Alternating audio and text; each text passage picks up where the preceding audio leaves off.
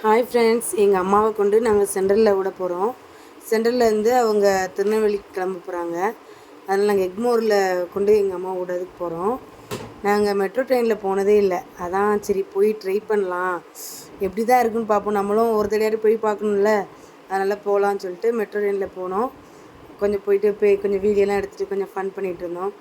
அப்புறம் அம்மாவை கூட உட்காந்துட்டு அம்மா உங்களை ரொம்ப மிஸ் பண்ணுறேம்மா அப்படி சொல்லிட்டு ஃபீலிங்காக பேசிவிட்டு அப்படியே உட்காந்துட்டு எங்கள் அம்மா கூட பேசிகிட்டு இருந்தேன். அதுக்கப்புறம் எங்கள் அம்மா கூட பேசிகிட்டே இருக்கிறதுல கொஞ்சம் ஃபீலிங்காக தான் இருந்தது. அதுக்கப்புறம் ஆட்டோவில் போயிட்டு எங்கள் அம்மா இறக்கிவிட்டுனே எங்கள் அம்மா அப்படியே ஃபீலிங்காக உட்காந்துருந்தாங்க. அப்புறம் எங்கள் அம்மாட்ட அப்படி இப்படின்னு பேசிகிட்டே இருந்தோமா.